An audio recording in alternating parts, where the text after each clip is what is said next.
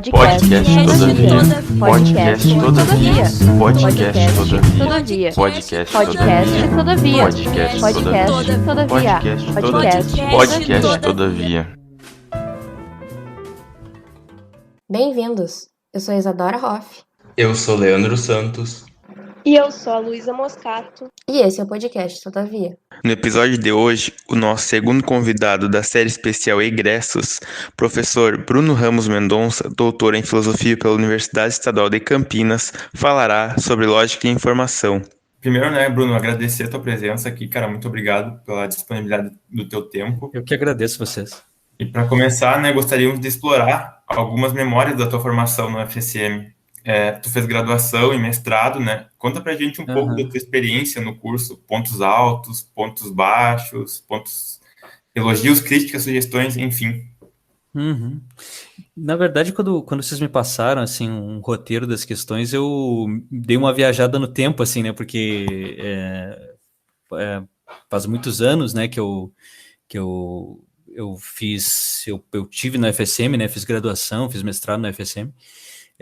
Como eu estava dizendo antes, eu sou natural de Uruguaiana e eu fui para Santa Maria, vivi em Santa Maria em 2005, começo de 2005. E depois demorei ali uns 2 anos e eu primeiro tentei fazer, na época eu desenhava, então eu queria ser desenhista, mas eu não sabia bem como fazer isso.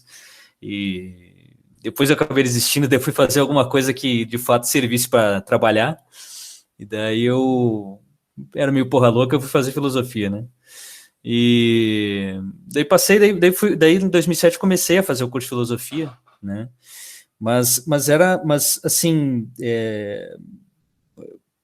a universidade, não só a Universidade de Santa Maria, mas a universidade no Brasil era muito diferente naquela época, em aspectos positivos e também aspectos negativos, Então, por exemplo, primeiro ano que teve cotas na FSM foi 2012, 2012 que foi inaugurada ali as cotas na FSM. Teve toda uma discussão ao longo de muitos anos sobre se o Enem ia ser aceito como critério de aprovação, para cursos na FSM, mas as cotas foram instauradas em 2012, 2012 ou 2013, agora estou um pouco incerto aí. Então, mesmo a cara do curso, a cara assim do corpo discente era diferente, Quando eu entrei no curso em 2007, eu me lembro que num universo de 40 alunos, mais ou menos, nós éramos, acho que 5 ou 6 alunos que não eram brancos. Então, era um universo muito diferente, E nesse aspecto a universidade mudou muito, Mesmo que a gente esteja vivendo um momento de muito retrocesso agora, ainda, vamos dizer, colhe os frutos de muitos processos de democratização da universidade aconteceram ao longo das últimas 2 décadas, E fez com que a universidade mudasse a sua cara, de certa maneira, E isso foi um aspecto diferente, até negativo daquela época, E também pensando em outro lado, eu acho que o curso de filosofia ele é um curso normalmente conservador, A gente está falando de uma disciplina que tem uma tradição de 2.000, 3.000 anos, E é uma disciplina que bebe muito da sua fonte histórica, Então ele tem quase como uma tendência natural a ser conservador. Mas o curso de filosofia que eu fiz naquela época, ele era um curso que ainda era muito concentrado em cânone, no cânone clássico, Tipo, assim, você tem muitas e muitas disciplinas sobre Kant, tem muitas e muitas disciplinas sobre filosofia antiga, e não que essas coisas não sejam importantes, mas o curso que eu fiz, ele pecava por outro lado, em não prestar atenção que a disciplina está se modificando e que a gente tem outras demandas também de estudo. Quando um aluno hoje em dia chega e diz, olha, eu quero estudar, sei lá, autores do pensamento negro, ou autoras feministas, coisas nesse sentido, não é certo a gente dizer, bem, você está no lugar errado, Não, a pessoa está no lugar certo, Você precisa se reciclar, Então, era um curso que, naquela época, ainda pecava muito nesse aspecto. Também acho um outro elemento importante, ele era um corpo docente naquela época que tinha pouquíssimas mulheres, né? Tinha uma única professora mulher, né? E também nesse aspecto me parece que o curso de filosofia da FSM hoje em dia melhorou muito nesse aspecto também, né? Então, assim, esses são 3 aspectos, vamos dizer assim, que era diferente, né? Quando a gente olha o passado, não necessariamente o passado é totalmente ruim ou totalmente bom, né? Tem aspectos positivos, tem aspectos negativos, né? Tem coisas que eram melhor e tem coisas que eram pior. Me parece que a gente melhorou muito ao longo desses anos, né? Melhorou muito a situação, não só da curso de filosofia da FSM, mas da universidade como um todo no Brasil, né? A gente parece ter mais consciência de certas coisas que naquela época a gente tinha pouca consciência. Então, esse é um aspecto. Mas, assim, olhando para aspectos mais positivos, eu acho que, vamos dizer assim, um curso de filosofia ele não é um curso que tem uma formação normal, tá? Tipo, se você fizer um curso de física ou de matemática, né, das ciências em geral, você vai ter algo como uma formação normal que o curso tem que te dar, independente de onde você esteja, né? Tem certos manuais básicos que são utilizados, não importa onde você esteja, né? Mas a filosofia não tem isso, né? A filosofia é uma disciplina que ela é, de fato, um arquipélago, né? Ela tem diferentes pontos de iniciação, pontos de introdução, tem diferentes treinamentos que você pode ter ali, e isso pode te formar um filósofo desse tipo ou daquele tipo, né? E um aspecto muito positivo, assim, no curso que eu fiz, né, naquela época, na FSM, é que ele era um curso já muito plural, ele se pretendia ser muito plural, diante de um certo debate que foi forte no século XX, né, na filosofia, que é o debate entre filosofia analítica e filosofia continental. Não dá para dizer, por exemplo, que você, na FSM, você ia ter um curso só de filosofia analítica, ou você ia ter um curso só de filosofia continental, onde os professores iam virar o nariz para certas coisas. Não, isso não acontecia de fato. De fato, ali você tinha um curso que era plural, no sentido de que figuras que eram muito eram pessoas que tinham uma liderança muito forte dentro do departamento, né? Elas não pensavam o curso dessa maneira, não pensavam a filosofia dessa maneira, né? Tipo, estou falando aqui do professor Ronay, em especial, né? Que tinha ali uma centralidade, uma liderança, as pessoas, de fato, viam ele como uma referência de como se deve pensar a filosofia, como se deve fazer filosofia, e ele próprio não tinha essa visão, né? Então, ali era um curso onde você ia ter boas aulas de filosofia analítica, você ia ter boas aulas de lógica, mas ia ter também boas aulas sobre Heidegger, ia ter boas aulas sobre filosofia transcendental, sobre fenomenologia, sobre diferentes momentos da história da filosofia. Então, era um curso que ele era muito plural e você, de fato, alcançava uma formação que era rica nesse sentido, né? Só para dar um paralelo aí, depois, quando eu fui fazer meu doutorado em Campinas, depois a gente vai chegar nesse ponto, né?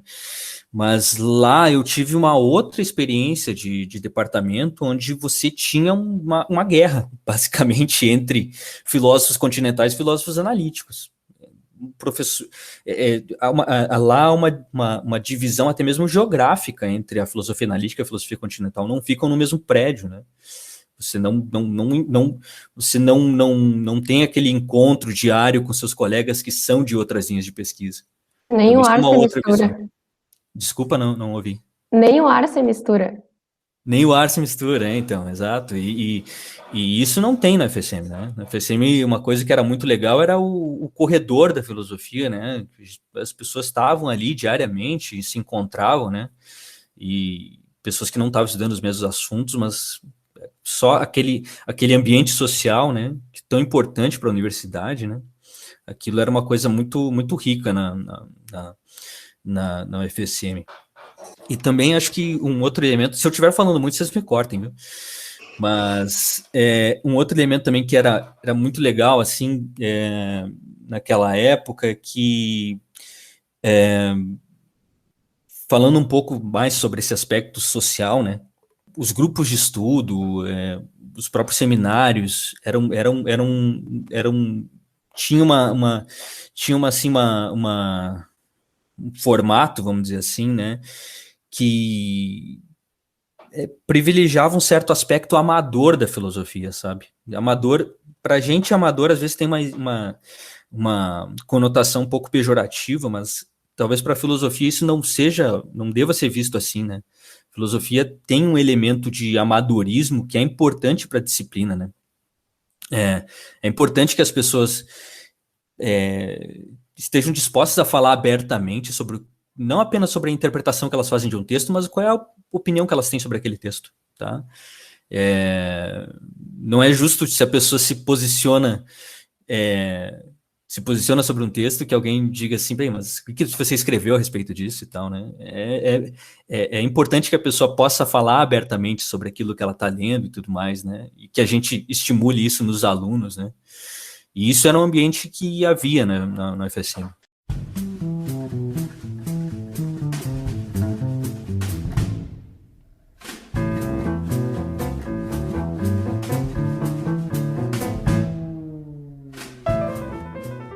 Eu fui checar aqui, na verdade, a UFSM ela iniciou a política de cotas raciais em 2007, né? Uhum. E o que me chamou a atenção, esse dia eu estava conversando com o Vinícius Santana, que é um aluno negro de periferia e tal, que estuda filosofia na Unicamp. E a Unicamp, ela ingressou com o sistema de cotas só em 2017. Nossa. Né? 10 anos depois da UFSM. Caraca. E o Vinícius falou muito comigo assim, sobre essa percepção que tu estava dizendo também, que o curso muda completamente. Né? Sim, Ele ingressou em 2018, vamos dizer assim, ele foi vendo os reflexos da política de cotas ali na Unicamp, por exemplo, e que quando ele entra para o curso, por exemplo, ele me dizia, Eduardo, eu não via ninguém igual a mim aqui, entendeu? Tinha um que outro só que era negro, periférico, o resto não era, entendeu? Exatamente. Então, eu acho que como isso muda, né? A minha vivência de estudante, por exemplo, foi na URGS entre 88 e 93. Tipo assim, e aí se eu comparar os meus colegas, por exemplo, em termos de raça, gênero e classe, vamos dizer assim, que foram meus colegas, com os meus alunos hoje na UFSM, é um outro mundo.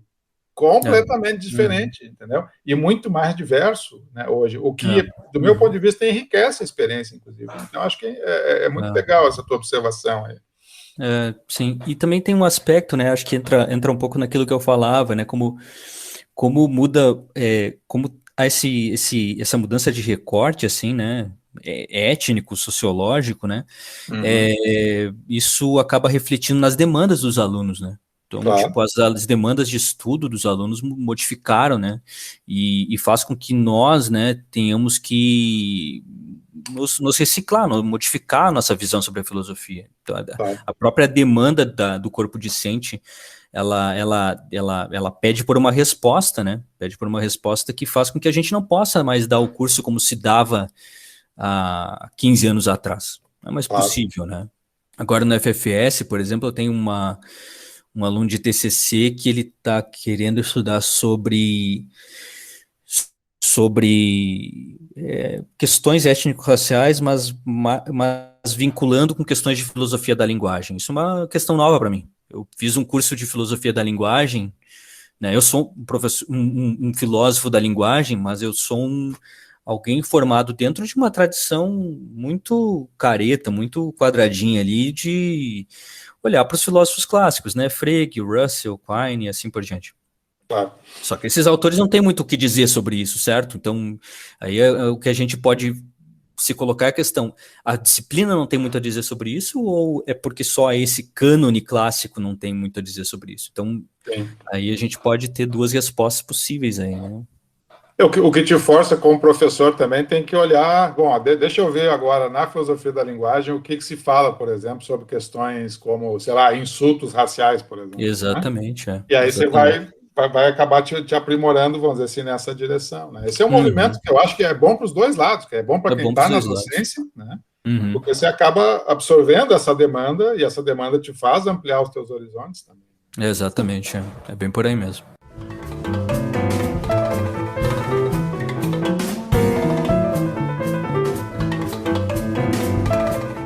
Então, Bruno, tu já falou alguns aspectos da tua experiência ali na Unicamp, já que tu fez doutorado lá, né, com o professor Carnieri, que, aliás, recebeu o prêmio CAPES de tese do ano em 2019, meus parabéns. Obrigado. Tu podia especificar mais para nós como é que foi essa transição de Santa Maria para Campinas? Daí em Santa Maria, né, eu cheguei a fazer, lá por 2008, também esse é um aspecto que a universidade era diferente naquela época, né, aí um aspecto onde a universidade era melhor naquela época do que ela é hoje, né, espero que apenas temporariamente, né, mas a gente tinha mais recursos de pesquisa naquela época, né, então, tipo, por exemplo, em 2008, eu pude, ao longo da minha graduação, fazer 2 iniciações científicas, né, eu tive uma iniciação científica em 2008 com o professor Frank, onde a gente estudava temas de ensino de lógica, que era uma bolsa da CAPES, mas vinculada à reitoria da FSM, que se chamava Prolicem, que era uma espécie de anterior do PIBID. E daí a gente teve uma bolsa lá, era uma bolsa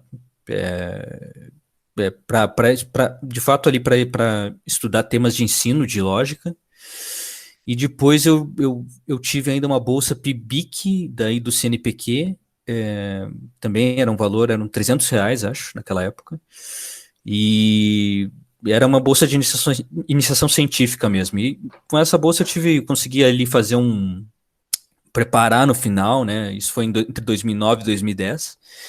Eu consegui preparar ali no final desse período de bolsa um projeto para o mestrado, onde eu um pouco desenvolvia um pouco mais esses temas que a gente já tinha tratado na iniciação científica, que eram temas de história da lógica, basicamente, história da lógica do século XIX.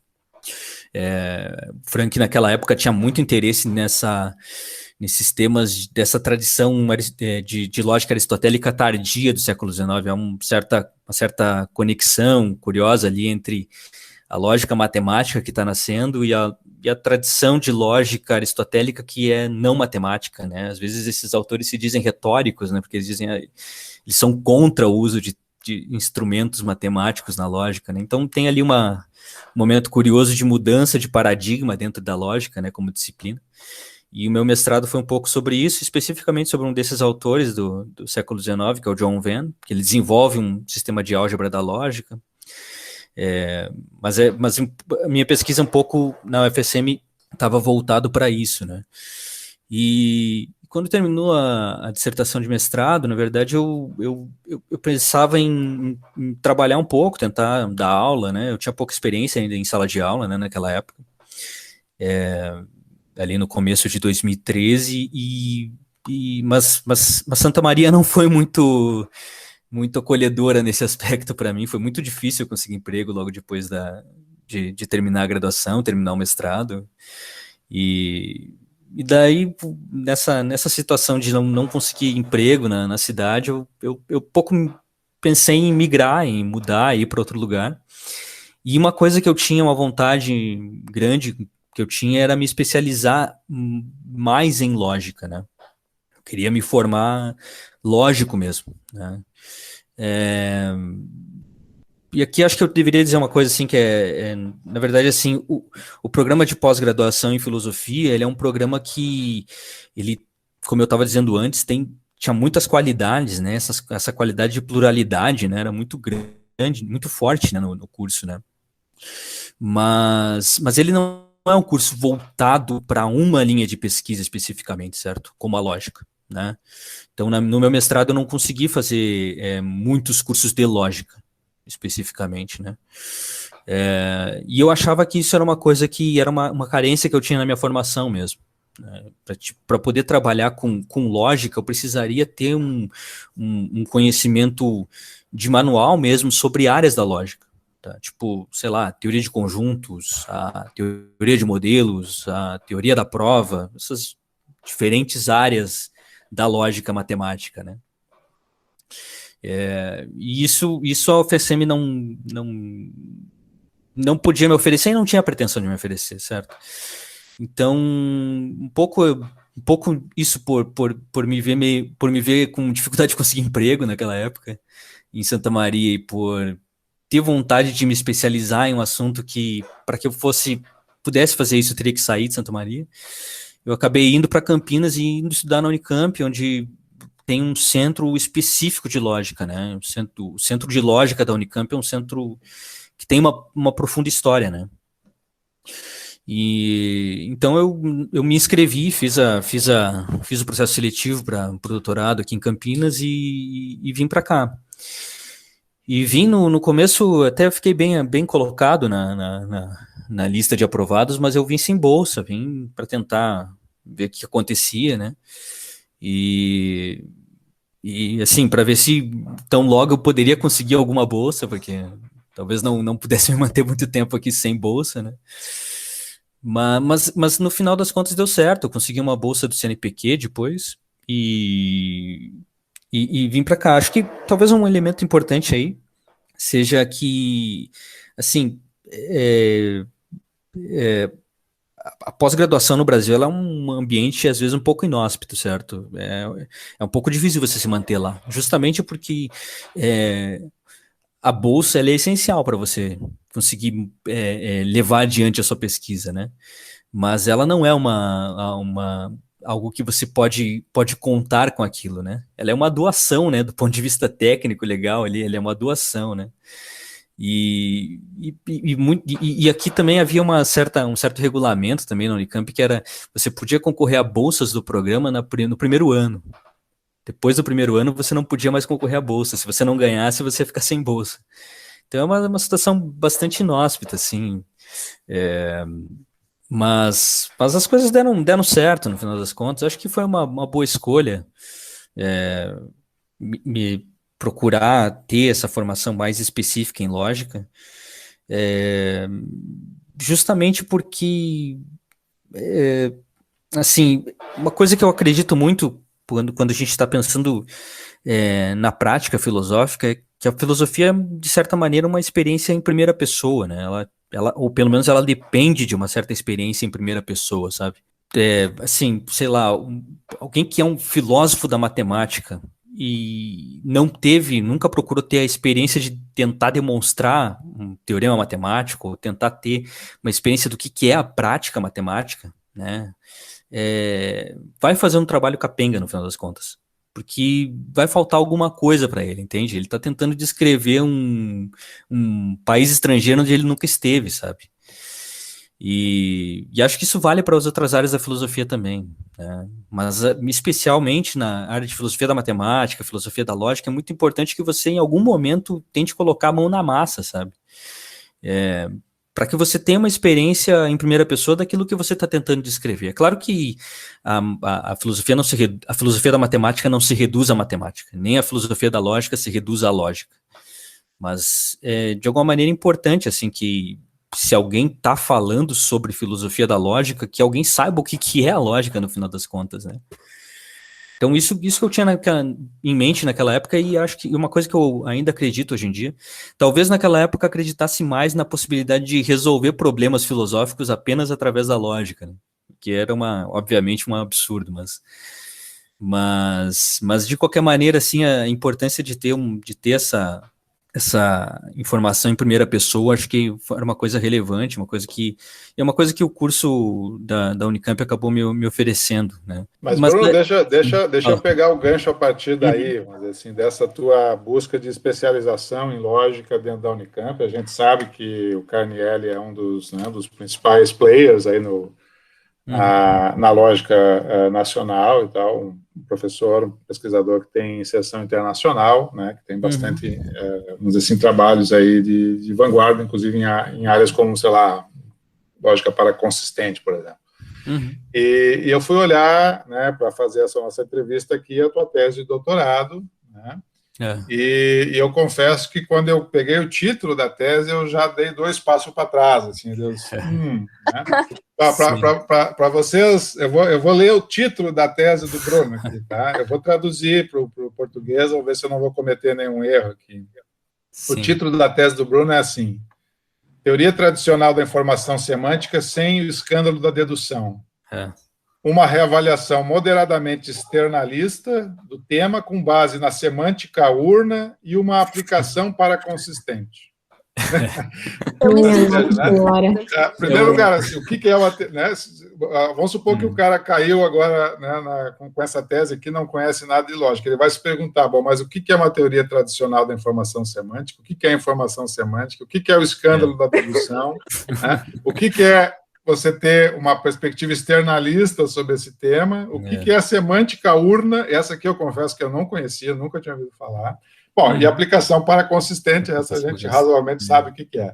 Então, Bruno, assim, imagina que agora você está lá num TED todavia, tu precisa, né, ter aqueles 15 minutos lá para apresentar os teus resultados do doutorado. Como é que tu ia se virar, Bruno? Sim, então, eu ia me ver em maus lençóis, na verdade. Mas assim, sabe que quando eu vim para a Unicamp, eu fiz um projeto, né, um pouco ainda tentando desenvolver em cima das coisas que eu tinha feito no mestrado, mas o projeto acabou sendo recusado, e daí tinha a possibilidade de eu ser aprovado sem projeto. E foi o que aconteceu, tipo, eu fui aprovado, mas eu não tinha projeto. A ideia é que eu passasse ali um ano tentando escrever um anteprojeto de tese, alguma coisa do tipo, né? Mas assim, isso até foi bom, na verdade, porque acho que eu cheguei numa ideia melhor do que eu tinha. Uma coisa que me interessava, assim, na época do mestrado, na época da iniciação científica com o Frank, é que o Frank sempre me falava, assim, de que a visão que o Frank tem sobre a lógica, né, ele acha que a lógica não é parte da metafísica, né, que ele não acha que a lógica também é parte da epistemologia.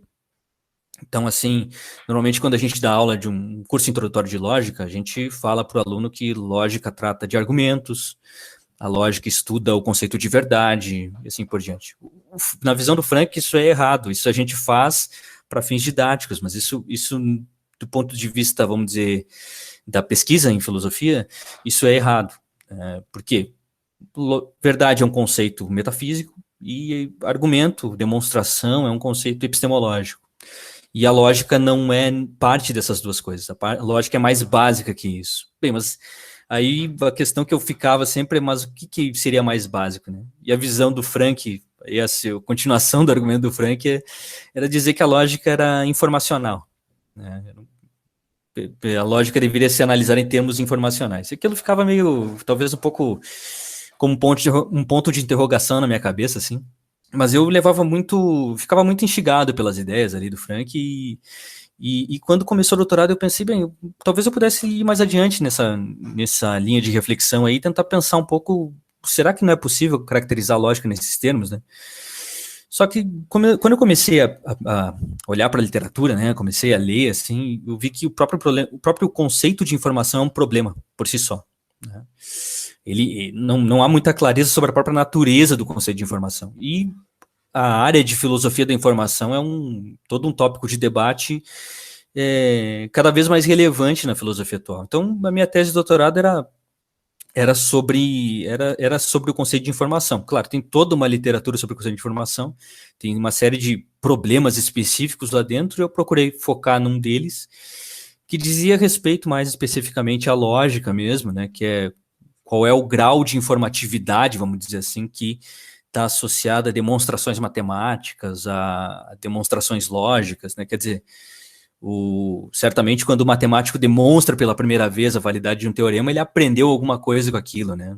É falso dizer, como gostaria de dizer o Wittgenstein no Tractatus, que na lógica não há surpresas. Sim, há muitas surpresas na lógica, sem dúvida. Nós nos surpreendemos com a lógica, sim, e com a matemática também, ao contrário do que nos dizia Wittgenstein. Mas é um problema na literatura tentar explicar em que sentido pode haver surpresas na lógica, né? Isso conflita com uma certa noção dada que nós temos do que é uma verdade analítica, do que é uma verdade a priori, e um pouco o objetivo que eu tinha na tese era um pouco tratar desses temas, quer dizer, em que sentido há surpresas na lógica, tá? E dar algum tipo de resposta a isso. Aí, o título é muito ruim, mas é que entra naquelas coisas da burocracia, né? Você escolhe um título muito cedo, depois você não consegue mais mudar o seu título, ou poderia mudar, mas teria que fazer todo um processo burocrático, porque o título foi aprovado em uma banca de qualificação, então, enfim. Eu acho que se o título fosse diferente, não ia ser tão legal. Não sei, talvez pudesse ter sido um pouquinho mais curto, né? Bruno, tu toparia renomear tua tese como surpresas na lógica? Não. Talvez alguma coisa assim, em que sentido a lógica tem surpresas, sei lá, talvez um tema, talvez num formato de pergunta, assim. Entendi. Entende? Mas esse é um aforismo do Wittgenstein, né? Que na lógica não há surpresa. O Wittgenstein é ótimo para resumir em um aforismo ideias complexas, né? Mas é isso, ele fala, né? Não há surpresas na lógica, né? Então, mas há muitas surpresas na lógica, né? Ao contrário do que pensava ele, né?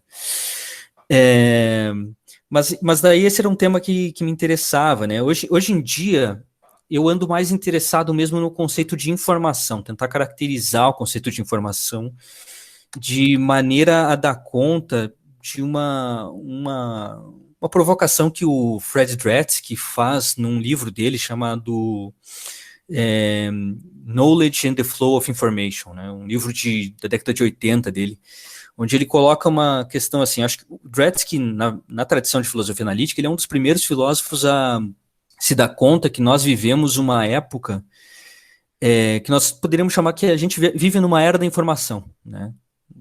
Já lá na década de 80 ele já se dá conta disso, nós vivemos numa era da informação, né? Em que sentido? No sentido de que, olha, das commodities que a gente tem na nossa sociedade capitalista, vamos dizer assim, a mais valorizada é a informação. Informação é mais valorizada que ouro, que petróleo, que soja, que qualquer outra coisa, qualquer outra commodity, certo? Mas por que a informação é tão valorizada? Quer dizer, ele coloca de maneira um pouco dramática, né, nesse parágrafo, quando ele fala isso, logo no começo do livro, diz, olha, as pessoas estão dispostas a torturar para obter informação, estão dispostas a roubar para obter informação, né, o roubo de dados, né, assim por diante. E informação tem um valor monetário associado a ela muito alto, cada vez mais alto, né? As maiores empresas do mundo hoje em dia são empresas de informação, né? Mas por que a informação é tão valorizada na sociedade em que nós vivemos? Essa é a questão que o Dretske põe. Eu me dei conta recentemente, né, por conta de um aluno que me falou isso, na verdade, eu nunca tinha me dado conta disso. Ele disse assim, olha, parece que o Dretske dá uma resposta que é, de alguma maneira, iluminista ao problema, né? Ele põe um problema, que é esse problema sobre o valor, né, associado à informação, e ele rapidamente dá uma resposta epistemológica ao problema. Ele diz, olha, informação é tão útil porque informação estabelece conhecimento. E é uma resposta iluminista, eu nunca tinha me dado conta disso. Um aluno meu, na sala de aula, me falou isso, eu nunca tinha me dado conta. Ele dá uma resposta, de fato, iluminista, assim, ele é um neo-iluminista nesse sentido, né? Que é dizer, olha, formação é útil porque ela estabelece conhecimento, né? E talvez houvesse outras respostas possíveis que não passassem pelo conceito de conhecimento, né? Talvez a gente pudesse falar que informação é útil, sei lá, por razões, porque tem um valor político, intrinsecamente político ali associado, não sei, talvez pudesse dar respostas outras, tá? Mas a resposta que o Dretske dá é epistemológica, só que isso ainda não resolve o problema, porque daí o Dretske vai tentar analisar em que sentido informação é capaz de estabelecer conhecimento. E a resposta que a gente tem dada na literatura, vamos dizer, a resposta dominante em filosofia da informação, é dizer que informação é capaz de estabelecer conhecimento porque informação sempre aponta para verdades. Então, a informação é vamos dizer, um mecanismo através do qual a gente identifica o que é verdadeiro no mundo, né? E essa resposta eu tenho tentado aí pensar, escrever a respeito, tentar mostrar que ela é uma resposta que ela é parcialmente correta, ela não é correta sempre. Há casos onde a gente tem informação, a gente tem conhecimento, então eu me coloco do lado do Dretske nesse sentido, há conhecimento, sim, é por isso que informação é útil, ela é capaz de estabelecer conhecimento, mas eu acho que há casos onde a gente tem conhecimento baseado em informação, mas não porque a gente conseguiu identificar verdades com aquilo. E quais seriam esses casos, tá? Só para concluir aqui esse TED Talk que está ficando muito longo, né? Eu acho que o próprio Wittgenstein dá boas indicações nesse sentido. Wittgenstein nos diz, por exemplo, que, sei lá, as verdades da lógica, as verdades da matemática, quer dizer, vamos dizer assim, os fatos da lógica, os fatos da matemática, eles não dizem respeito à verdade, né? Não há proposições de fato na lógica, não há proposições de fato na matemática, né? Nesses casos, a gente seria capaz de fazer alguma outra coisa, né? Mas não ser capaz de dizer algo sobre aquilo. E eu acho que o Wittgenstein está certo nesse aspecto. Eu acho que ele tá correto, mas eu acho que ele vai muito longe quando ele quer dizer, com base nisso, que esses são lugares, vamos dizer assim, da ciência onde não há informação, né? Aquilo que eu falava antes, né? Que ele fala, não há surpresa na lógica, né? Eu acho que são casos onde há informação, mas essa informação não está apontando para verdades, está apontando para algum outro tipo de coisa. Aí eu tenho lá meus palpites, eu acho que a gente está num âmbito das normas, o âmbito normativo não é um âmbito da verdade, né? A verdade é uma coisa, mas as normas do que se deve fazer em um certo caso específico, as normas do bom raciocínio, não é um âmbito onde a gente está falando de verdades, né? Mas a gente tem informação a respeito dessas coisas, mas essa informação não aponta para verdades. Então, a minha pesquisa, ela deu um giro, assim, eu estou mais interessado mesmo no próprio conceito de informação, mas tentando, de alguma maneira, repensar o conceito, as visões dominantes sobre o assunto, um pouco pensando na lógica, o que a lógica pode nos ensinar, né? A lógica tem um caráter meio sui generis, né? Ela pode ensinar algumas coisas que são diferentes para a gente, né? Porque ela tem um caráter especial, né? Frente a outras disciplinas, né? Bruno, antes da gente passar para a próxima pergunta da Isadora, eu já vou propor que a gente faça o título da tua palestra, assim, Lógica e Informação, o Retorno, porque, na verdade, já teve o episódio do Frank, que era Lógica e Informação. Verdade, Ele deu. verdade. Então, Sim, minha sim, sugestão é que a gente nomeie o teu episódio Lógica e Informação, o Retorno, ou parte 2. Sim, sim. É. Mas é impressionante, assim, que na verdade, né, como a marca de um orientador já está presente nas coisas que tu está pensando agora, porque, de fato, né, é uma sequência que te levou a partir de umas certas intuições que o Frank insiste bastante, na verdade. Sim, isso, sim. Né?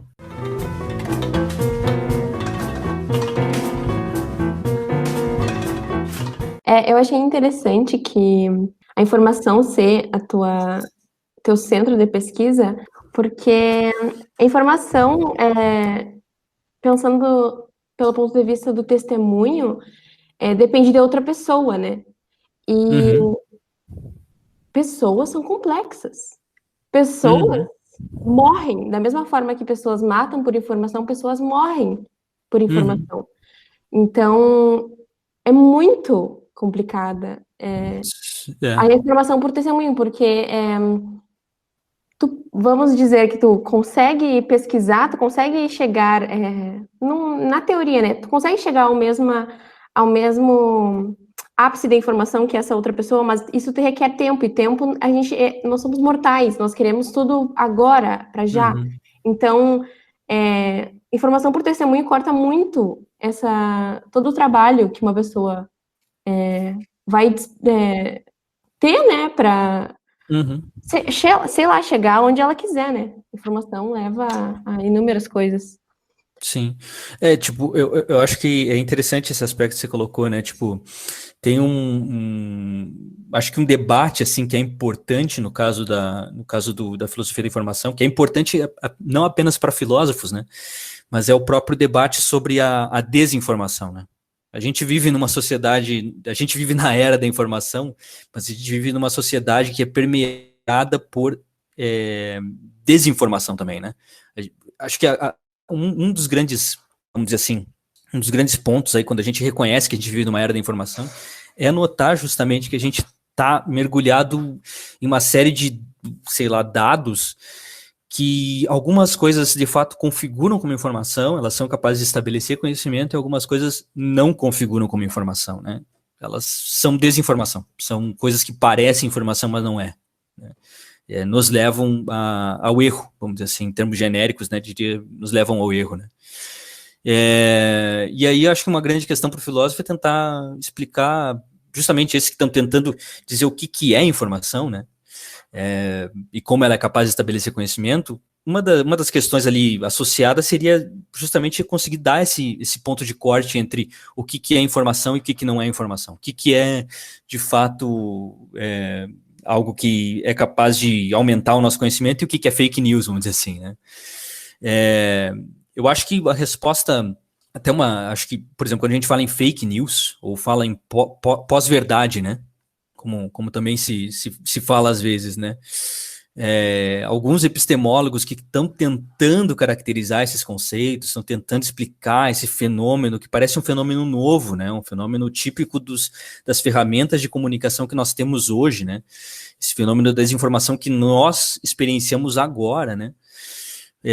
Alguns epistemólogos que estão pensando sobre esse assunto, eles parecem pressupor essa concepção dominante sobre a natureza da informação e dizer, olha, nesses casos a gente está lidando com desinformação porque essas coisas nos apontam para falsidades e não para verdades. Então, aquele que espalha desinformação, ele espalha mentiras em um certo sentido. Ele espalha coisas que são falsas, né? Ele quer que as pessoas acreditem em falsidades.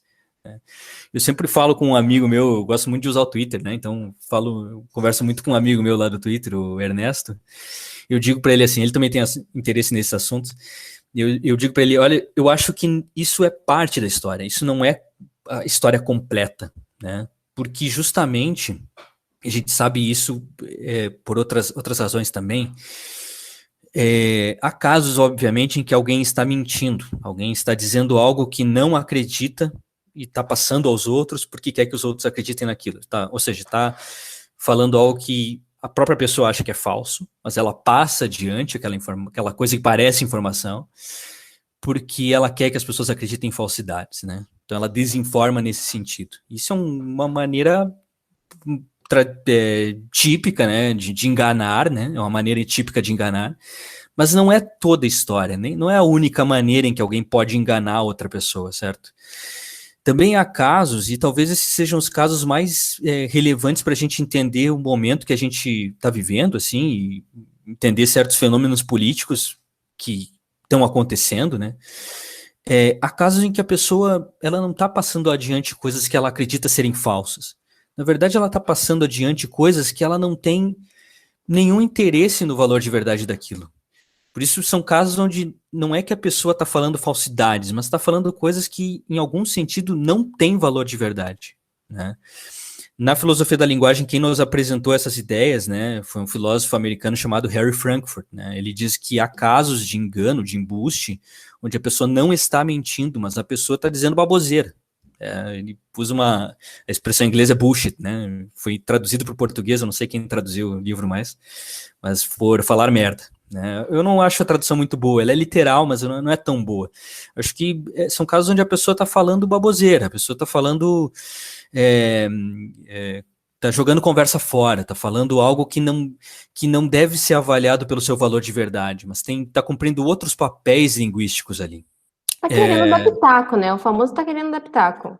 Mas no sentido de que, vamos dizer assim, outra expressão horrível, né? Mas a pessoa tá querendo, de alguma maneira, construir uma certa história, uma certa narrativa, mas não que ela acredite naquilo de fato. Tipo, quando um político vai adiante e fala que o coronavírus é apenas uma gripezinha, mas os seus próprios parentes se vacinaram para o coronavírus, isso mostra que ele não acredita que o coronavírus é uma gripezinha e talvez ele nem queira fazer com que as outras pessoas acreditem nisso.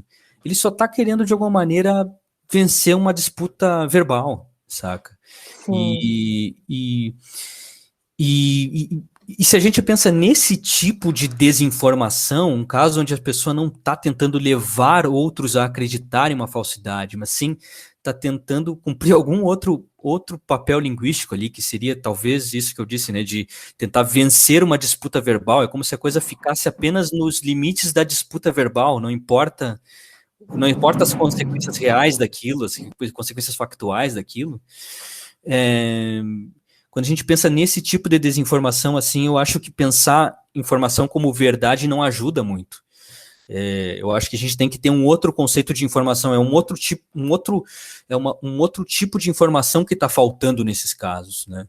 Não é exatamente informação sobre a verdade, porque não é que a pessoa está preocupada com passar adiante coisas que são falsas, mas verdade e falsidade não cumprem nenhum papel ali. Então, o que está cumprindo papel. Aí eu acho que o que está cumprindo papel é uma informação sobre a lógica. A pessoa não tem nenhuma preocupação sobre as consequências lógicas daquilo que ela fala. O que se segue daquilo, o que não se segue. Às vezes se diz assim, por exemplo, falando novamente desse político, que eu prefiro nem mencionar, né, porque gosta de perseguir as pessoas depois, ele, por vezes, na terça-feira ele fala uma coisa, na quinta-feira ele fala outra, e tanto faz, né? O ministro dele agora estava na CPI falando, não, quando ele falou isso não tem nenhum peso, porque, na verdade, ele falou isso para a internet. Como se, dependendo de onde ele fala, a coisa devesse ser lida de um jeito ou lida de outro, entende? Não importa muito, não é que ele está levando adiante algo que ele quer que as pessoas acreditem. Ele está dizendo uma hora uma coisa, e uma hora ele fala, e outra hora ele fala algo contraditório com aquilo, porque justamente ele não tem nenhuma preocupação com a coerência lógica daquilo que ele está dizendo. Então a falha informacional é de tipo muito mais básico, não é uma falha sobre a verdade, ela é uma falha sobre a lógica, entende? E aí, o que eu gostaria de dizer é que a informação lógica e a informação sobre verdade são tipos diferentes de informação. Ambas são importantes para o conhecimento, mas são graus diferentes de informação e a gente pode falhar em ser informativo nesses dois níveis, sabe? E acho que esse é um ponto importante, assim, para essas disputas sobre o conceito de fake news, o conceito de pós-verdade. Acho que às vezes as coisas não têm a ver com verdade. Às vezes o buraco é mais embaixo, as coisas têm a ver com a lógica, sabe? Uma falha na lógica mesmo, de um completo descompromisso com a lógica, sabe? Ô Bruno, deixa eu te perguntar uma coisa, que o Ernesto, que tu conversa no Twitter, é o Ernesto Giusti? O Ernesto Giusti, né? Então deixa eu fazer uma propaganda aqui. Tu sabe que um dos perfis que eu mais aprendo, vamos dizer assim, no Twitter é com o Ernesto Giusti. O Ernesto ele é professor da Unicentro, e ele tem tiradas sensacionais, assim. Sim, é de um bom humor e de uma inteligência sensacionais. Então fica a propaganda aqui, já fica meu agradecimento ao Ernesto também. Sim.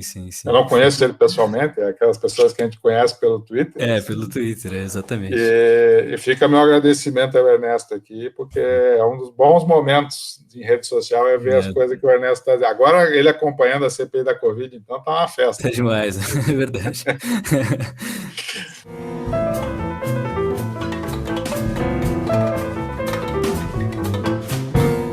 Então, Bruno, tu tem publicações conjuntas com os teus dois orientadores, o Frank no mestrado e o Carnielli no doutorado. Isso não é muito comum na filosofia. Tu acredita que é um caminho a ser mais explorado? Então, eu acho que no caso do Frank, as coisas têm acontecido muito naturalmente, né? A gente continua publicando, trabalhando junto, né? Agora mesmo a gente tem um artigo submetido para um evento internacional, o Diagrams, que é sobre diagramas especificamente. Então a gente trabalha muito junto já faz muitos anos, né? Desde a época do mestrado, né? Mas o nosso primeiro trabalho que a gente publicou junto foi em 2014, se eu não estou enganado. Eu já tinha saído do mestrado. Então ali as coisas aconteceram de maneira muito natural, assim. A gente tem interesse nos mesmos assuntos, ele tem um grande interesse no conceito de informação. A gente não necessariamente concorda sobre esses assuntos. Eu acho que, por exemplo, essas coisas que eu estou dizendo para vocês, ele não acha que ele concorda, mas eu acho que isso é muito saudável, assim. Eu acho que até é interessante quando as pessoas escrevem trabalhos e elas não necessariamente têm a mesma opinião sobre o assunto. Isso dá dá um outro sabor para o texto depois, né? É interessante escrever trabalhos com pessoas que você tem um interesse comum pelo tema, claro, você está numa discussão, está no debate com a pessoa, mas você não necessariamente concorda com ela, né? Isso é muito legal, assim. Isso é uma coisa que eu tenho que agradecer muito a colaboração com o Frank, que faz aí muitos anos que a gente vem trabalhando junto. Mas com o Walter foi um pouco diferente, porque o Walter, a gente tem um trabalho publicado junto, mas é um trabalho que daí vincula com temas de lógica paraconsistente, que é uma coisa, esse é a área de assunto específica do Walter. Ele gosta muito desse assunto, trabalha muito sobre esse assunto, né? E aí por isso que o título da minha tese é muito grande, mas lá tem uma parte que eu falo, tem uma aplicação para consistente. Eu fiz a besteira de tentar no título resumir os conceitos chaves da tese, e daí o último capítulo tem uma coisa sobre lógica para consistente, mas foi uma das poucas coisas que eu estudei, que eu trabalhei sobre lógica para consistente. Eu não me considero um especialista em lógica para consistente, apesar de que me convidam para resenhar trabalho de lógica para consistente ou participar de banca, mas eu não me considero um especialista na área. Acho que o fato de ter estado na Unicamp, o fato de que as pessoas que estão lá trabalham sobre lógica para consistente, dificilmente vai ter alguém lá que não trabalha sobre lógica para consistente, fez com que eu, por osmose, me familiarizasse com o assunto, né? Você escuta tanto o assunto que você se familiariza um pouco com aquele tema, né? E eu acabei que eu escrevi um artigo com ele, mas eu acho que ali foi mais por acaso. Não foi uma colaboração que a gente, de fato, levou mais adiante depois, né? Mas com o Frank, não. De fato, o tema da informação é um tema que a gente vem se dedicando juntos há muitos anos, né? A gente não necessariamente tem as mesmas opiniões sobre o assunto, mas a gente tem um interesse comum e isso faz com que a gente continue trabalhando, né? Eu acho que isso pode ser, sim, produtivo, mas nesses termos, sabe, de ser uma coisa que aconteceu naturalmente. Às vezes o orientador ele não trabalha nos mesmos assuntos do orientando, né? Às vezes acontece, então, às vezes seria um pouco forçar a barra, né? Querer, sei lá, publicar sempre junto, ou qualquer coisa do tipo, né? Mas ali no caso do Frank aconteceu uma coisa de maneira um pouco natural, né? Sempre que eu falo sobre informação, eu cito ele porque ele foi uma grande influência para eu me interessar pelo assunto e ver assim, motivação no assunto para a lógica mesmo, né? Porque é parte da visão dele sobre a natureza da lógica. Então eu acabei bebendo muito nessa fonte aí. Mas foi uma coisa que aconteceu meio naturalmente mesmo.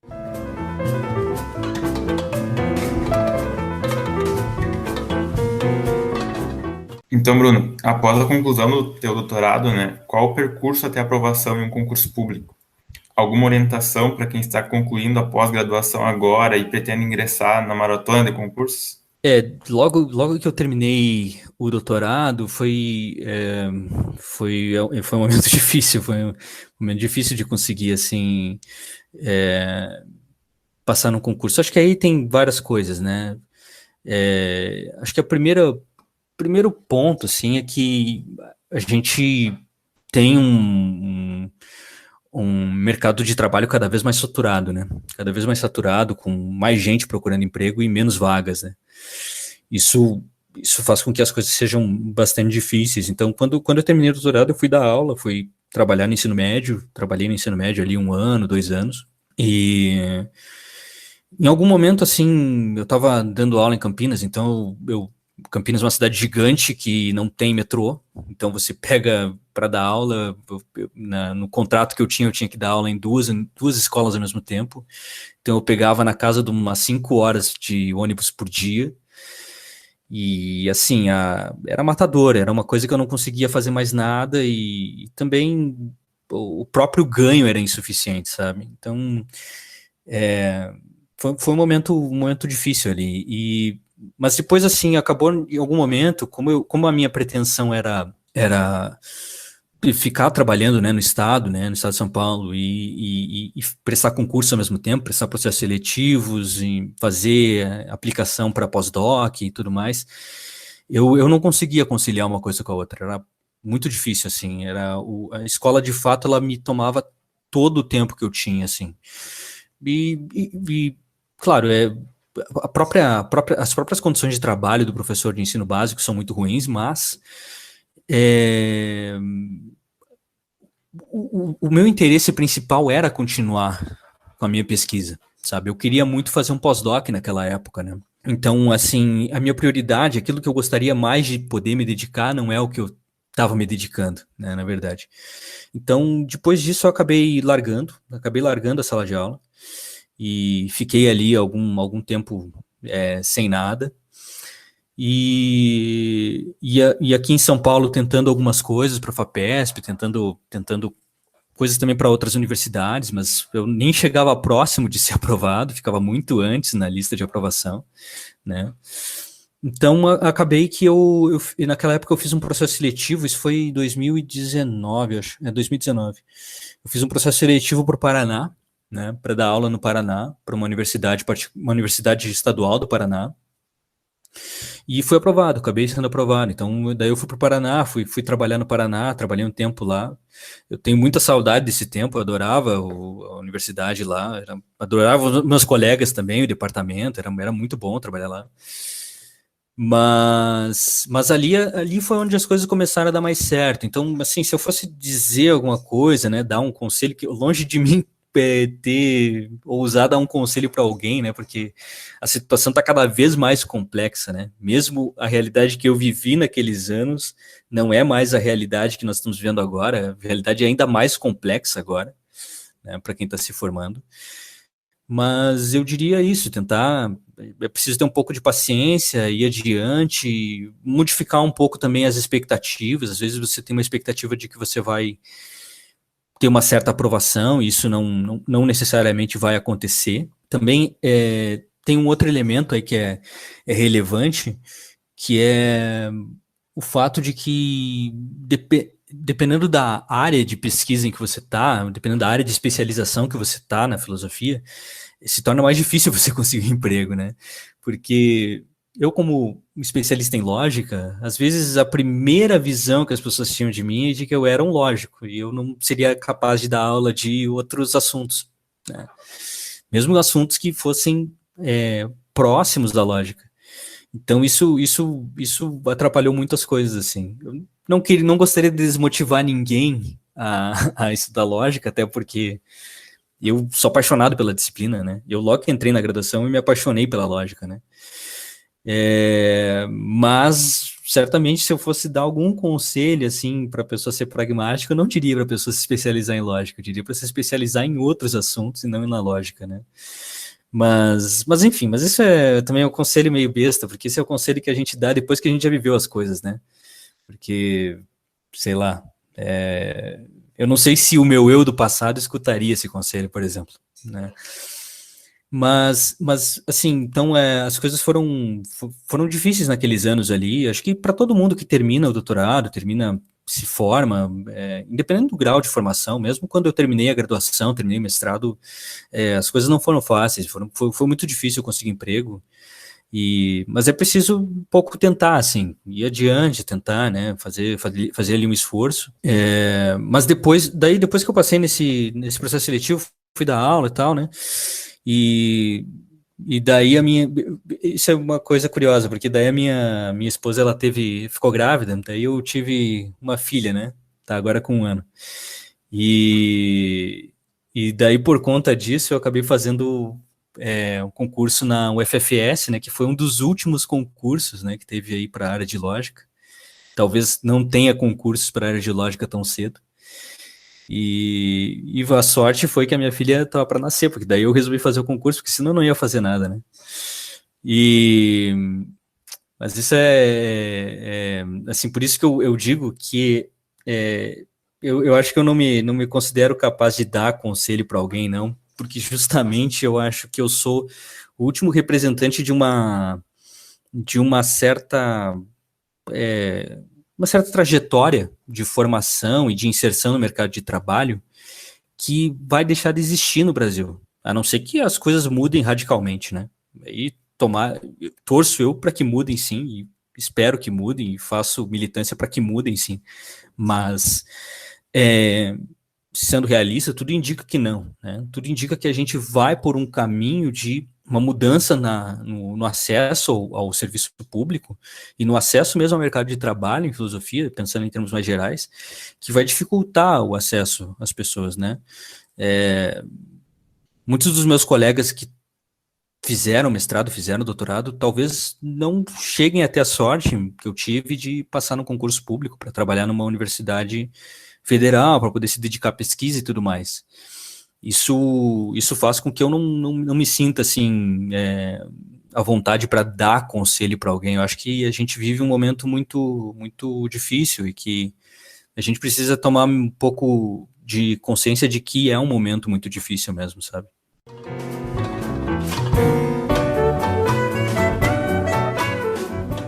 Então, Bruno, agora a gente já está indo para as perguntas finais, que são mais gerais, a gente faz para todo mundo, que é a grande questão de o que te levou a fazer filosofia. Essa questão é difícil. Eu tenho dificuldade de responder essa questão, porque, assim, na verdade, como eu disse para vocês, quando eu era mais jovem, né, tava lá com meus 17, 18 anos, e eu tinha um sonho de ser desenhista. Eu adorava desenhar, desenhava, né, não desenho mais tão bem, eu ando meio enferrujado, muito tempo não pego no lápis. Mas eu desenhava, sei lá, desde a minha infância, desde que era criança, sabe? Eu acho que uma das primeiras coisas que eu comecei a fazer foi desenhar. Então eu adorava desenhar e tinha o sonho de ser desenhista. E então isso fez com que eu nunca pensasse muito sobre o que eu queria fazer da vida que fosse de fato uma profissão, saca? Eu tô falando de maneira um pouco pejorativa aqui, galera, mas é que é um pouco isso, assim, eu tinha muito esse sonho de ser desenhista, mas eu não via como possível para mim, sabe? Eu não achava que era possível, de fato, me dedicar àquilo, sabe? Aquela vocação, porque era uma outra época, né? Praticamente não existia internet ainda naquele período, certo? E então eu até mesmo acesso, assim, a você aprender técnicas, a se melhorar como desenhista era uma coisa muito difícil. Então, assim, foi uma coisa que eu acabei abandonando, assim. E daí, quando eu me vi pensando no que eu ia fazer, né? Se eu ia, sei lá, procurar um emprego, se eu ia tentar fazer um vestibular para alguma coisa. Daí eu pensei em fazer vestibular para ser professor. E entre as carreiras que tinha lá, eu escolhi filosofia, mas poderia ter sido história, ou poderia ter sido matemática, sei lá. Então, o que me levou é um pouco difícil, assim. Acho que tem uma professora minha, ela foi minha professora no ensino médio, ela é mãe de um ex-colega meu também aí da filosofia, talvez vocês conheçam ele, o Krishna. Ela foi minha professora no ensino médio e ela dizia que eu tinha muita vocação para filosofia, que eu deveria fazer filosofia. Mas assim, também acho que uma coisa, né, eu sempre digo isso para as pessoas, de fato, assim, quando eu tive a sorte, né, na minha infância, em casa, assim, ter sempre acesso a livros, né, minha mãe e meu pai tinham muitos livros em casa. A família da minha mãe e do meu pai, era uma família de classe média e tal, mas uma coisa que tinha em casa eram livros, e tinha livros de filosofia, então tinha a República de Platão, tinha, sei lá, livro do Sartre, tinha livros de diferentes autores, sabe, Schopenhauer, e eu me lembro, assim, sei lá, tinha uns 13, 14 anos, de ler a República, entende? Então eu tinha, de fato, uma familiaridade com a disciplina, assim, uma coisa, talvez uma familiaridade ainda mal refletida, mas eu tinha uma familiaridade de ler coisas de filosofia já da minha adolescência.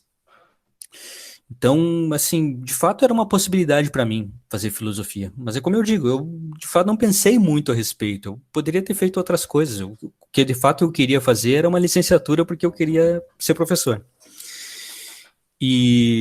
Mas daí quando eu entrei na filosofia, assim, no primeiro semestre eu fui ter um curso de filosofia da linguagem com um professor que era meu professor na época, trabalhava aí em Santa Maria na época, o Dirk Greiman. E o Dirk preparou um curso para o primeiro semestre de filosofia, mas sem pensar exatamente na sua audiência, né? Ele fez um curso super pesado, passando por todos os clássicos da filosofia da linguagem no século XX. E eu, assim, um aluno que recém tinha saído do ensino médio, via aquelas coisas e achava que era português, eu não entendia nada do que estava acontecendo. E aquilo me frustrou muito no começo, eu achava que eu não estava entendendo por que eu estava vendo aquelas coisas, porque não parecia filosofia, não parecia a filosofia, pelo menos a visão prévia que eu tinha do que era filosofia, certo? Mas assim, acho que o que me salvou no curso ali foi que no segundo semestre, né, de 2007, ou já foi em 2008, agora talvez a memória me falhe, assim, mas eu fiz um curso muito bom com o professor Ronais sobre filosofia da linguagem, sobre um livro de filosofia da linguagem que eu sempre que posso eu trabalho com os alunos, que é um livro do Tugendhat, Lições Introdutórias à Filosofia Analítica da Linguagem, onde ele procura fazer, o livro tem lá o título introdutório, mas não é um livro introdutório, mas ele procura fazer uma coisa que me ajudou muito naquela época, que é motivar a filosofia da linguagem, procurar explicar por que que os filósofos estão fazendo isso que parece português, não parece filosofia, certo? Parece um estudo da linguagem, por que que eles estão fazendo um estudo da linguagem? E lá ele vai explicar isso, fazendo ali um diálogo com uma tradição filosófica que vem de Aristóteles e passa pelos filósofos modernos e tudo mais. Ele dá grandes saltos temporais e tal, né? Ao longo dos anos, lendo o livro, eu cada vez tenho uma visão mais crítica do livro, mas naquele momento o livro foi uma coisa que me salvou no curso, assim, porque ele me fez entender um pouco certas coisas que eu estava vendo e que estavam me instigando, mas eu não entendia bem o significado delas, né? Que era basicamente lógica e filosofia da linguagem. E esse curso do Ronay fez com que eu, a partir dali, passasse a entender a disciplina. Eu me apaixonei pela disciplina e continuei. Então, se você responder a tua questão, assim, eu diria que o que me fez entrar na filosofia não é tão relevante, sabe, para mim. Eu entrei na filosofia meio por acaso, mas talvez o que é relevante é o que me fez me manter na filosofia, sabe? Ali, encontrar alguma coisa que de fato me fez me apaixonar e fez aquilo ter muito significado para mim, sabe? Em outros momentos eu cheguei a pensar em trancar o curso, ainda na graduação, né? Cheguei a pensar em trancar o curso para fazer matemática, mas porque eu ia muito bem nas disciplinas formais e eu achava que talvez aquilo de fato fosse o caminho que fosse sei lá, exercitar de maneira mais plena ainda a minha vocação, sabe? Mas eu acho que não, assim, eu acho que eu fiz bem em continuar na filosofia, sabe? Então, acho que o que de fato me manteve ali é que de fato é relevante, sabe? Às vezes a gente tem também essa dificuldade, né? Voltando lá naquela questão que a gente estava lá no começo, sobre como o recorte de classe, social, étnico mudou no curso de filosofia, acho que um grande desafio que nós temos hoje em dia é garantir não apenas o acesso, né? Porque a questão do acesso a gente conseguiu dar um grande golpe ali, né? Na questão do acesso, mas acho que a questão da permanência dos alunos na filosofia que é uma questão muito relevante, né? Meu caso é meio sui generis, porque foi o fato de entender alguma coisa que me era muito apaixonante que fez com que eu me mantivesse ali, sabe? A filosofia gera muitas surpresas boas, né? Uhum. E tu não pensa em fazer matemática ainda? Porque eu também tenho esse desejo de fazer matemática e psicologia também. E eu penso que talvez futuramente eu faça, né? Não sei. Então, eu nunca mais pensei depois em fazer matemática, primeiro por uma questão pragmática, eu achava que eu precisava ter um diploma para trabalhar de uma vez, sabe? Claro. Mas assim, também por uma questão de anseio teórico, eu achava que era importante eu ter experiência de matemática. Isso me fez, assim, como alguém que se interessava por lógica, isso fez com que eu continuasse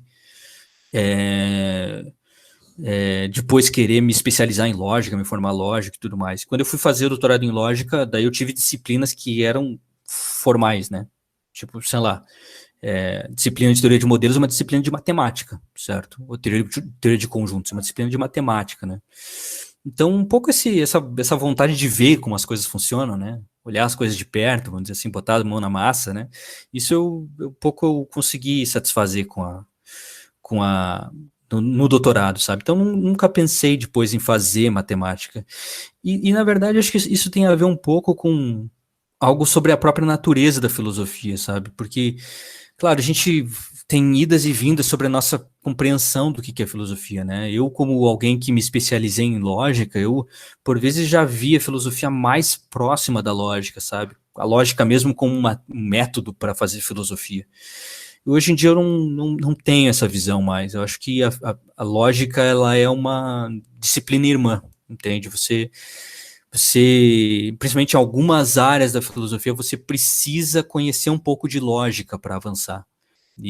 Mas não basta ser um bom lógico para ser um bom filósofo. Acho que é um erro que a comunidade lógica em geral ainda cai, né? Não vou apontar o dedo para meus colegas, mas, assim, acho que é um erro difundido, pensar que basta ser lógico. Quando eu fui para o CLE, por exemplo, muitos dos meus colegas não eram formados em filosofia, eles eram formados em matemática, ou engenharia, né? E havia essa visão de que os alunos da matemática, eles, de alguma maneira, era a formação básica que você precisava ter. Acho que isso é um preconceito que tem se desfeito nos últimos anos, de pensar que você não precisa ter uma formação filosófica para fazer boa filosofia. Acho que o que cada vez mais tem se mostrado é que um bom trabalho em filosofia ele exige que você tenha um bom treinamento filosófico, e isso um curso de graduação vai te dar. Não quer dizer que alguém que não tem o curso básico em filosofia não possa ser um bom filósofo, não quero dizer isso, mas quero dizer sim que fazer um curso de filosofia vai lhe ajudar muito nesse aspecto, entende? Então não acho que é uma disciplina que pode ser reduzida a outra coisa. Mas por vezes eu pensei isso, por isso que eu pensei em fazer matemática e tal, mas acho que é um erro, acho que não está correto.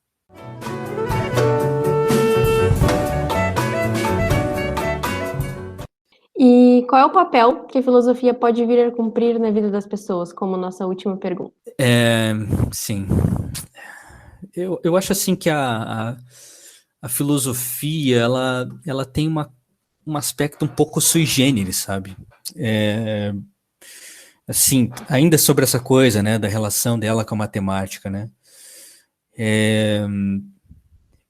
Acho, por exemplo, quando eu fiz doutorado, né, haviam disciplinas básicas que eu deveria fazer que são pressupostos para que você seja um lógico. Você precisa, vamos dizer, ter certos conhecimentos básicos, ou ter um certo treinamento, ter uma certa habilidade prática, quase que uma habilidade prática, para que você seja um lógico, entendeu?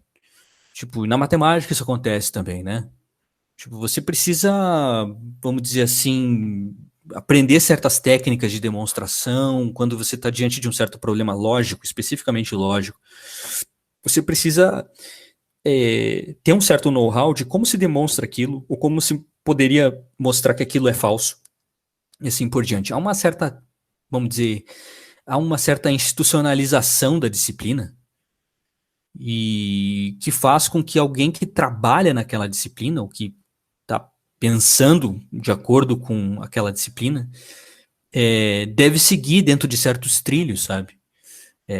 A lógica, tal como outras ciências, faz sentido falar de algo como uma ciência normal, entendeu? Você precisa aprender certas técnicas básicas ali que vão ser instrumentais para a pessoa que estiver lidando com aquilo. Mas eu acho que isso não existe na filosofia. Na filosofia não tem isso. Na filosofia você pode ter um treino filosófico, ter um treinamento filosófico, mas diante de um problema filosófico não existe algo como a maneira de tratá-lo, e não é claro também quando você chega numa resposta. Na lógica, com maior ou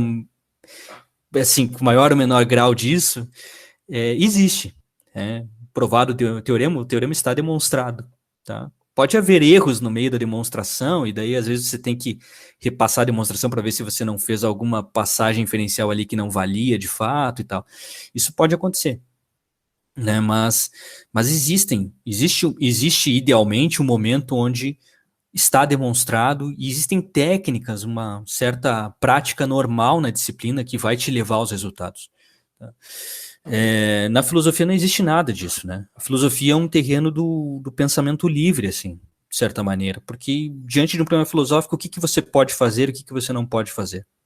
Em princípio, tudo. Não tem nada que esteja impedido antes. Então é uma forma de investigação teórica muito diferente de qualquer outra coisa, sabe? Muito diferente de qualquer outra coisa. Então, assim, o que eu acho que a filosofia pode cumprir na vida das pessoas é colocá-las nessa forma de pensar, sabe? Nessa forma de investigar, nessa forma de refletir. Eu não sei se a filosofia depois tem algum papel instrumental, quer dizer, se essa experiência de liberdade do pensamento que a filosofia te dá, se isso pode ser útil para outras coisas. Eu não sei, eu tenho dúvidas se isso pode ser útil para outras coisas, se é possível esperar que indivíduos que estudam filosofia vão ser melhores em tais e tais áreas, vão ser depois profissionais melhores. Eu tenho dúvidas se isso é verdade, eu não sei se é verdade. Acho que a filosofia me tornou melhor para fazer filosofia, para estudar filosofia. E então eu acho que o papel que a filosofia pode cumprir na vida das pessoas é um papel que tem um valor em si mesmo. Acho que, tipo, é valioso estudar filosofia, é valioso pensar sobre filosofia, mas é valioso justamente porque essa experiência é valiosa, entendeu? É tipo como a experiência estética, a experiência da arte, não tem valor para outras coisas, tem valor em si, entendeu? Ver um bom filme, ver uma boa obra de arte tem valor em si, uma coisa que tem um valor intrínseco, e também a filosofia, ser capaz de pensar filosoficamente, se colocar em uma discussão filosófica, tem valor por si só, né? É algo que dá prazer por si só. E é só isso, acho que é isso que a filosofia cumpre na vida das pessoas, sabe? Mas, de qualquer maneira, assim, eu não acho que é uma coisa, que ela é uma coisa que poderia ser isso ou poderia ser qualquer outra coisa, justamente porque ela tem uma característica muito especial, muito única, que é essa coisa da experiência da liberdade de pensamento. Eu acho que nenhuma outra área de investigação teórica te proporciona essa experiência de liberdade de pensamento que a filosofia te proporciona. Então, nesse aspecto, eu acho que é uma experiência muito única, assim. Às vezes eu estou dando aula para os alunos, agora, né, eu fiz uma atividade aí de recuperação para uns alunos, eu propus o seguinte: olha, eu não quero que vocês me respondam uma questão sobre interpretação do texto. Não é isso que eu quero que vocês façam. O que eu quero que vocês façam agora é tentar levantar alguma objeção possível a esse texto. Daí tiveram alunos que não conseguiram ir adiante mesmo. Eles, olha, professor, você me indica alguma coisa para ler, eu não tô entendendo o que tem que fazer. Mas, basicamente, o que eu estou pedindo para eles é a experiência mais genuína da filosofia, que é tentar avaliar se algo é correto ou falso, com que instrumentos? Bem, com todos à disposição. Você pode usar o que você quiser para fazer isso. Não tem algo básico, entende? Na lógica, não é assim. Na lógica, se você vai provar um teorema, se você já tem um treino lógico, né, você sabe mais ou menos por onde você deve ir, entendeu? Quais são as técnicas que você deve utilizar e tudo mais, tá? E existe uma técnica que vai te levar ao bom resultado. Mas na filosofia não existe isso. Na filosofia, diante de um problema filosófico, você deve avaliá-lo, deve avaliar se aquilo está correto, incorreto, ou de outros tipos de avaliação possíveis daquela questão, né? Por exemplo, dizer se é um pseudo-problema ou não é. Você pode utilizar o que você quiser, né? De fato, você está num terreno de liberdade de pensamento que você não tem em nenhuma outra área da ciência, né? Nenhuma outra área da investigação teórica, né, vamos dizer assim, né? Então, ela tem uma característica muito sui generis que faz com que ela seja muito valiosa, uma experiência que é insubstituível por qualquer outra coisa, né?